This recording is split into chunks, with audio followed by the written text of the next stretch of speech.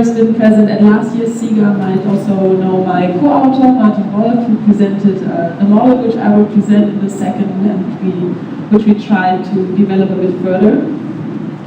So a couple of sentences about me. I was trained as a researcher. I did my Master of Science at Maastricht University in the Netherlands.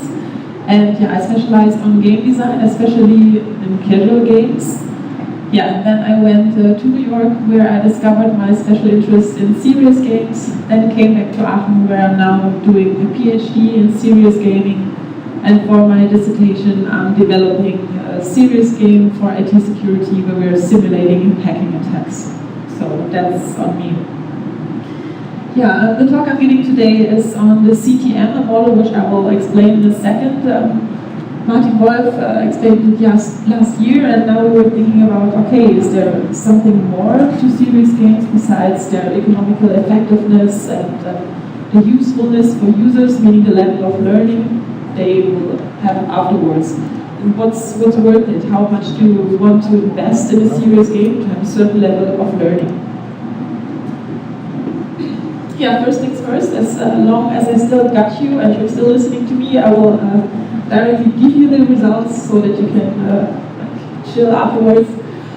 SeGAH, which is the model which I will explain in a second, that's important because it can indicatively, and that I say from the very beginning because it's still very subjective and not empirically validated, that it can rate rationality of an SG. Meaning the answer to the question, does it make sense for my company economically and with regards to the learning effects to buy an SG, to get it and to use it? And it can indicatively, again, predict whether a certain SG suits a certain problem. This is really important because you need to have a game that suits a pre-identified problem which you really need to know. So, how much does it suit into that situation and what is your target? Yeah, it's not valid yet, as I said, because it lacks empirical validation and it needs some fine-tuning, but to that I will come in the end. So this is the point of my presentation and how I got there that I will tell you now. Yeah, for those of you who've been here in last year, this is the Comparative Transformational Model. There's really a lot to it, but I will explain it in really simple terms. So you have the game worlds and you have the real world. And now you need to think about how you can achieve your goal. Usually the CTM is used with regards to change management, meaning that someone has to learn something to have a certain outcome or a change in behavior. So now you need to ask yourself, this is your actual situation. Here you are at the beginning with a certain problem. Does it make sense to give a schooling? Like I'm doing it now, someone standing in the front saying, okay, this is how you have to solve it. Or will you do the SG detour, so the serious gaming detour, which is B1, diving into the game world, which is much more difficult than you might think. Because especially older people or people with problems of any kind, let's say my mom, she would have a massive problem of diving into a game spurt because she wouldn't know how to use it. Then you build up that existing problem in the games world. Then you practice the kind of behavior or change that you want to achieve. Then you have the new target situation, which should be very, very close to how the problem will be addressed in real life. And then you have B3, which is the actual application. And then you get to the target situation. So there's two ways, either A or B1, B2, B3. And you need to ask yourself, what's better? Is it A or is it B1, B2, B3? And for that to happen from the user's point of view, it's really important that the new process must be remembered. That means that users have to know, why should I do it? What's my value of having that new target situation? Why is it good for me? Then they must be understood. So they need to know what they have to do to get to the new target situation, which they know is good for him. And then it must be applied, which is the most difficult step. So in some situations it makes sense to train it in a virtual world. For some, if they may make mistakes, you can directly do it in the actual world. As I said, there is much more to the success of an SG besides the economic effectiveness and the learning effect, which we previously targeted. So we thought, okay, what is there to predicting the success of an SG? And we found a serious game design assessment framework, which is the SGDAF. It is, it was developed by Mitgutsch and Alvarado. And let me tell you something about what is inside.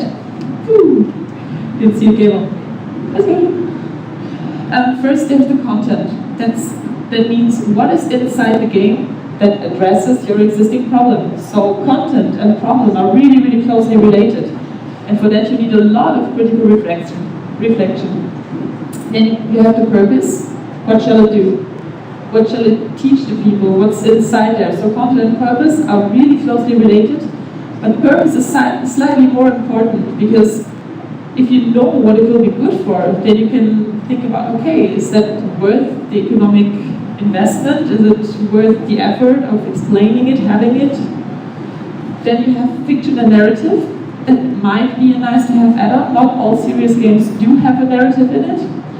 It might be good for identification, that people feel more into the game if you have a story and a character you can identify with.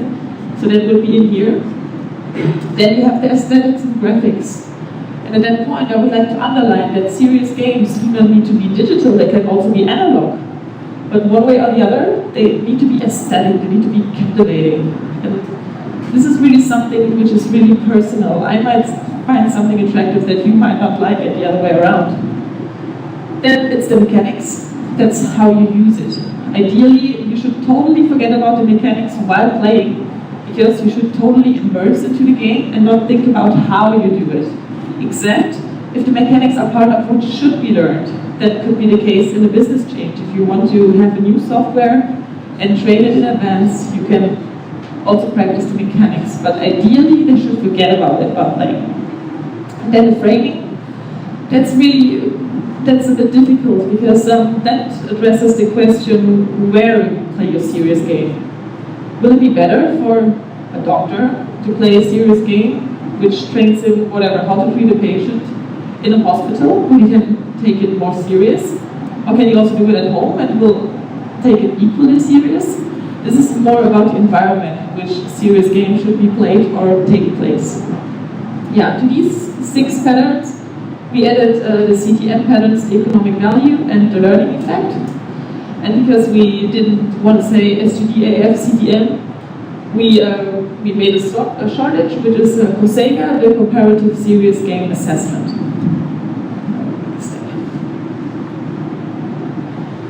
Yeah, for those of you who've been here last year, you might know EVA. That's an evacuation training for hospitals, and you build a 3D environment of a hospital, so it's really unique because every hospital looks different. And then you can practice emergencies, let's say a fire. Where do I go? Which patients do I need to take? What do I need to take care of? Do they need certain machines? These are the questions that EVA addresses. Alternatively, you could go for a conventional schooling, which is that all doctors have challenge. So we don't want to make a judgment here either. Then we have the content, which is in that game, obviously, the evacuation of a hospital. The framing is used in hospitals, but you could also think of giving the doctors a software so that he or she can take it home and practice it there. That can be done, and at that point we feel that it's not important whether you do it at home or not, because the computer will be the same. You might feel a closer connection when you're in that hospital, but we cannot say at that point. Concerning the learning, it's highly effective because it's really, really close to reality. You see the fire, and it's not like there's a fire, so you have that plan to run out. Yeah, okay. So concerning economical advantage, we were not sure about that one, because having EVA is quite costly. Already buying it, because it needs to be adapted to your hospital. There's the different stations and circumstances, and the hospital might be rebuilt, so there might be some adaptations, so it constantly requires updates. So we were not sure whether the persons in charge would accept that and say, okay, we will go for these really, really high costs to have that really high level of effectiveness, because we do not know whether there will be an emergency. So what we do is spending a lot of money on a situation which might not even occur. So do we want that? We were unsure about that question and discussing it a lot, so we made a cross at unknown, because that's up to the persons. And out of that, a score of 8 to 1 developed. So speaking in terms of SeGAH, that's quite good. So we were hoping that if a game which has 8 out of 9 SeGAH points will be successful. Yeah. If that was the case, like a graphic could look like this. If you have, let's say, the SeGAH elements and a number of points, you could have a light grid, and it would be like, yeah, that totally makes sense. The more points, the more successful it is. And successful, we were not sure about it either, but at that point, we were only speaking in terms of level of preparedness. So we were expecting that kind of curve. What we also realized was that we needed a weighted assessment of serious games. So we did that and expected again a curve like this. What happened after accessing several games was that. So yeah, looks like a bunch of spaghettis. So what that tells us, SeGAH is not perfect as it stands. Why is that? First of all, that's because an SG's value cannot be predicted by applying SeGAH alone. Why is that? Because SeGAH tries to aim success and economic effectiveness.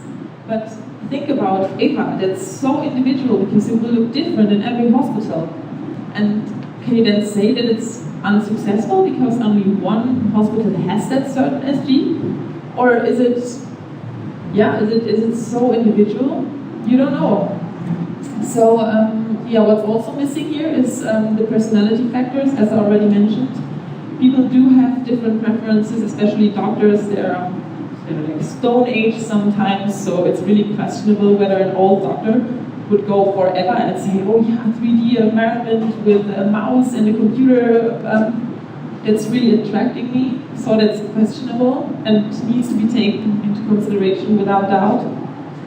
Yeah, and what we also didn't do was weighting the elements, at least at that point.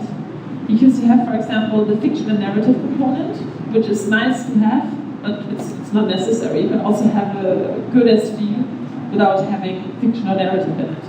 And then on the other hand, you have the learning effect. Whatever that might be, like for you physicians, that someone learns how to move or physical capabilities, whatever it is, that's obviously much more important, right? So that we didn't wait yet, but we're working on it. So this is what we're currently doing.